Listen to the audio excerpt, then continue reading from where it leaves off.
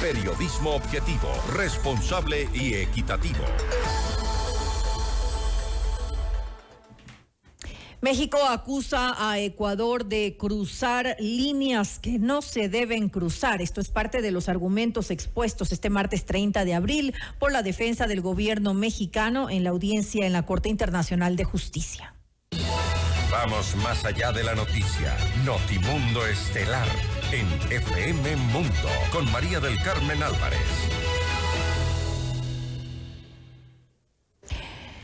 Saludamos a esta hora a la licenciada Belén Zapata. Ella es corresponsal de CNN en México. Belén, muy buenas noches y gracias por acompañarnos. Te saluda María del Carmen Álvarez. Hola, María del Carmen, buenas noches. Vamos a precisar que se trata de 2 días de audiencia ante la Corte Internacional de Justicia con sede en La Haya. La primera se ha celebrado esta madrugada, hora del centro de México, a la que ha comparecido nuestro país. La segunda se celebrará mañana miércoles y entonces será el turno para Ecuador. Los jueces y juezas de esta corte escucharán los alegatos de ambas partes y van a determinar si proceden o no las medidas cautelares que México ha solicitado en contra de Ecuador por el incidente a su embajada en Quito el pasado 5 de abril, cuando, como recordamos, la policía ecuatoriana detuvo al ex vicepresidente de Ecuador, Jorge Díaz, asilado en la embajada mexicana, en una irrupción, por cierto, que causó la ruptura de relaciones diplomáticas con Ecuador.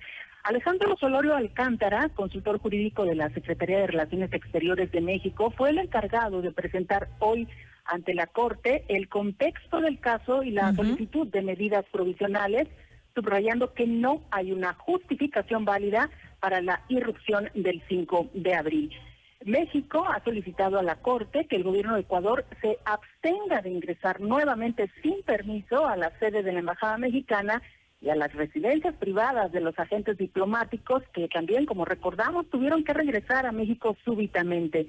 Le ha pedido también a la Corte que le ordene a Ecuador proteger los bienes que hay al interior de estos inmuebles, así como los archivos que hay en ellas. Y es que, de acuerdo a lo que ha dicho Solorio Alcántara, a México le interesa resguardar particularmente los archivos que hay en su embajada sobre el caso de la petición de asilo diplomático de Glass.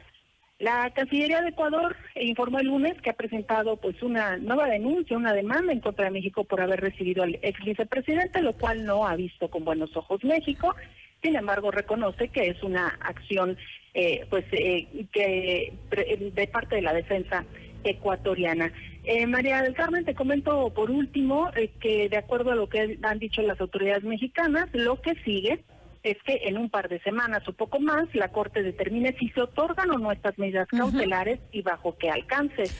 Será entonces hacia finales del año cuando finalmente la Corte pueda entrar ahora sí al fondo del asunto y convoque de nueva cuenta audiencias en enero o febrero del próximo año ya para entrar, como decía, ahora sí de lleno al fondo del asunto. Ahora, Belén, Carmen, la información que tenemos. Ahora, Belén, esto es importante, lo que has dicho. Es importante recalcar que estas audiencias, la que se llevó a cabo hoy y la que se llevará a cabo mañana, son únicamente para el tema de las medidas cautelares. Y ya pues más adelante, como bien lo has dicho, vendrá a revisarse todo lo que es pues ya la demanda, el tema de fondo, ¿no? Como tal. Ahora, mi pregunta es, ¿por qué ve necesario México que se contemplen pues estas medidas cautelares como parte del proceso en el máximo tribunal? Claro, lo que ha explicado a las autoridades mexicanas es que si la Corte ordena estas medidas cautelares, entonces Ecuador estará obligado a resguardar estos edificios que corresponden a México. Nos referimos a la embajada, pero también a las residencias privadas de los agentes diplomáticos, y es que al interior de estos inmuebles no solamente hay bienes, sino y además cosas personales de los agentes diplomáticos. Lo más importante para México, según han dicho hoy, es resguardar los archivos que hay al interior de la embajada mexicana en Quito y que incluyen pues todo el proceso que siguió México para otorgar o autorizar el asilo a el ex vicepresidente ecuatoriano, María del Carmen. Ahora, yo tengo una duda en estas, dentro de estas medidas cautelares, y es la que pide pues la abstención de que se cometa cualquier acto o conducta que pueda pues agravar la disputa que es conocida por la Corte Internacional de Justicia.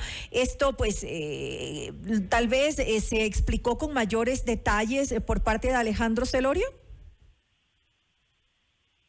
Sí, básicamente decían que si Ecuador se compromete a respetar estas medidas cautelares, claro, un dato adicional importante, la Corte puede o no autorizar estas medidas cautelares y también puede incluso ampliarlas, es decir, ordenar más allá de lo que ha solicitado México o incluso hacer algún ajuste, es decir, no cumplir al 100% lo que está solicitando México. En ese sentido, lo que ha dicho México es que lo que verdaderamente le interesa es que efectivamente Ecuador no cometa nuevas acciones que puedan agravar este conflicto.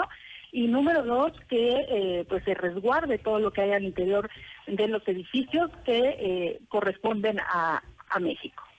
Ahora, Belén, ya para finalizar, te quería consultar también entre algunos de los argumentos que se dio, se puso pues en duda, se cuestionó de alguna manera la postura que ha tenido Ecuador después del incidente.